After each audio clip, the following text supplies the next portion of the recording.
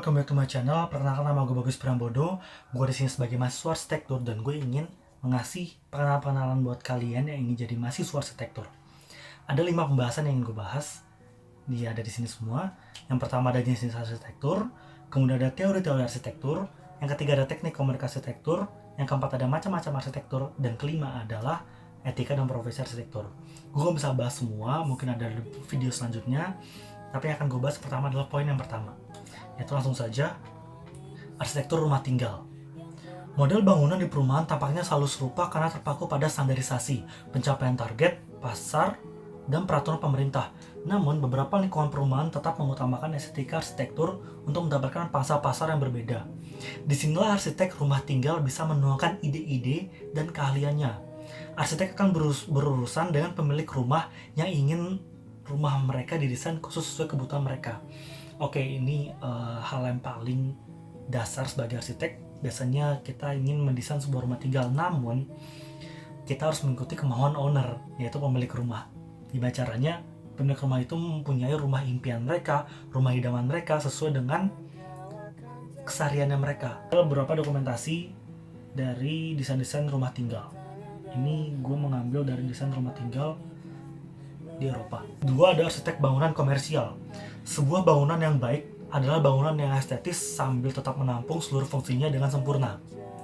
Sebuah rancangan bangunan komersial atau bangunan publik dikatakan sukses jika mampu mengalirkan sirkulasi pengunjung hingga keseluruhan ruang di dalamnya mendapat kesempatan jual yang optimal.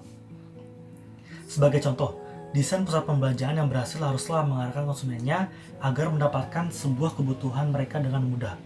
Kalian desain arsitek bangunan komersial harus didukung keahlian di bidang lain seperti konstruksi, mekanikal elektrikal, dan yang pasti kemampuan arsitek untuk menarik perhatian pengunjung. Selain itu diperlukan juga pengetahuan tentang keselamatan gedung, persyaratan bangunan, dan kemampuan menganalisa biaya dan waktu. Balik lagi ke menganalisa biaya dan waktu.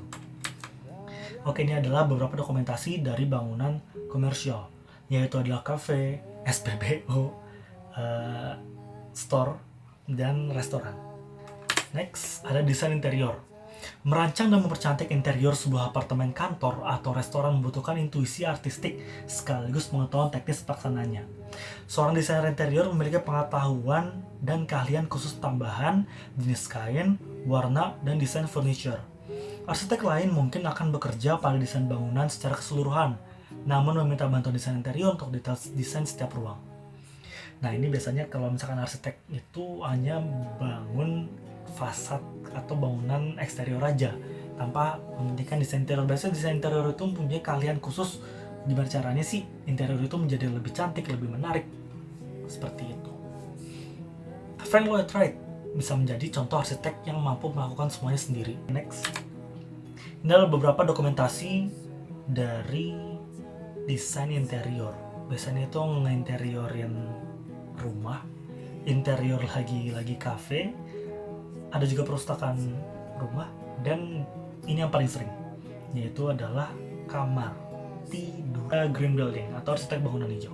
Apa sih arsitek bangunan hijau itu?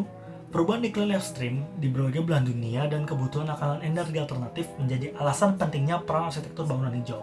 Ini buat kalian mahasiswa yang ingin menjadi mahasiswa arsitektur, dosen itu selalu bilang kalau misalkan green building itu bukan suatu tema dalam bangunan, tapi merupakan suatu kewajiban dalam arsitek masa kini. Oke, langsung. Arsitek bangunan hijau itu bertanggung jawab untuk merancang bangunan yang ramah lingkungan dan hemat energi. Mereka itu punya keahlian khusus dalam pengetahuan aerodinamis, pergerakan matahari, dan bayangannya, kemampuan mendaur ulang, serta berbagai bahan yang ramah lingkungan dan hemat energi. Ini punya perhitungan masing-masing, dan hanya arsitek green building lah yang jago.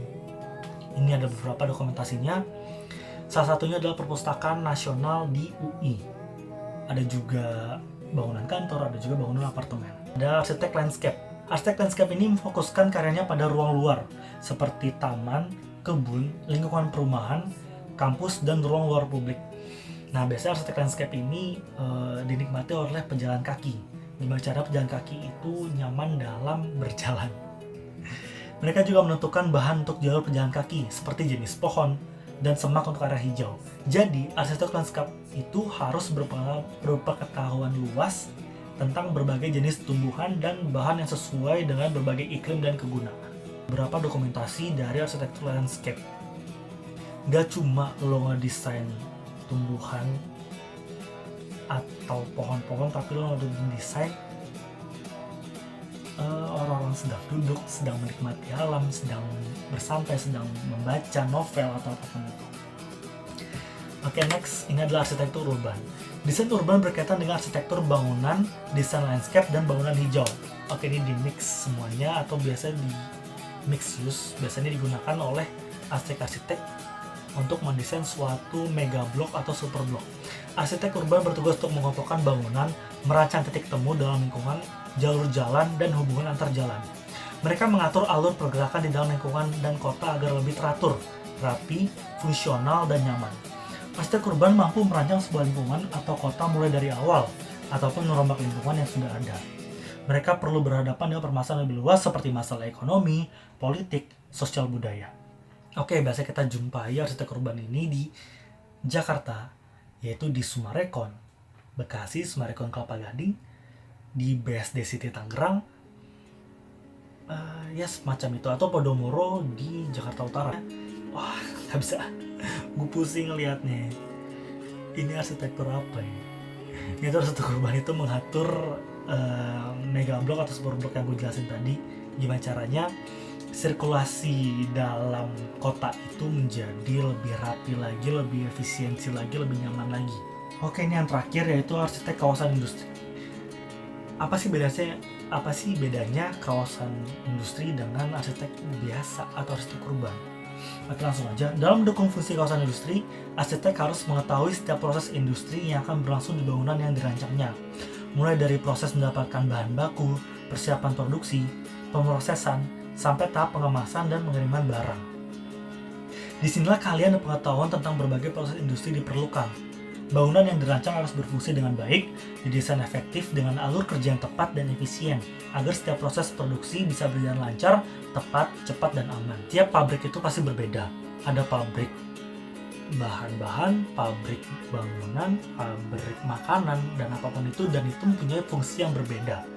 Lo sebagai arsitek harus mempelajari bagaimana caranya bangunan pabrik itu bisa berjalan dengan lancar dan efisien. Pada dokumentasi gue bahas Unilever itu yang kita ketahui adalah suatu pabrik yang membuat bahan-bahan seperti bahan pokok, bahan-bahan untuk mencuci makanan segala macam, itu mempunyai proses yang berbeda dengan IKEA itu adalah pabrik bahan bangunan. Kita tahu itu bahan-bahan bangunan itu untuk rumah tinggal, untuk perkantoran itu mempunyai skala yang lebih besar. Berarti secara tidak langsung bangunan IKEA ini harus mempunyai warehouse yang lebih tinggi daripada bangunan Unilever atau Nestle. Oleh karena itu, pengetahuan tentang arsitektur kawasan industri ini sangat diperlukan. Oke, mungkin cukup sekian video pertama kali ini. Jika kalian ingin mempunyai sesuatu untuk gue bahas, kalian bisa komen di bawah. Untuk video-video 4 materi yang belum gue bahas, akan gue bahas di video selanjutnya. Untuk referensi dari slide yang gue bahas ini, pertama dari arsitek. Untuk foto-foto dokumentasi gue ambil dari pinterest.com. Oke, mungkin cukup sekian, dan gue mohon bantuannya dari kalian berupa like dan subscribe, karena subscribe itu gratis kalau kata Ata. Oke, terima kasih, sampai jumpa di video selanjutnya.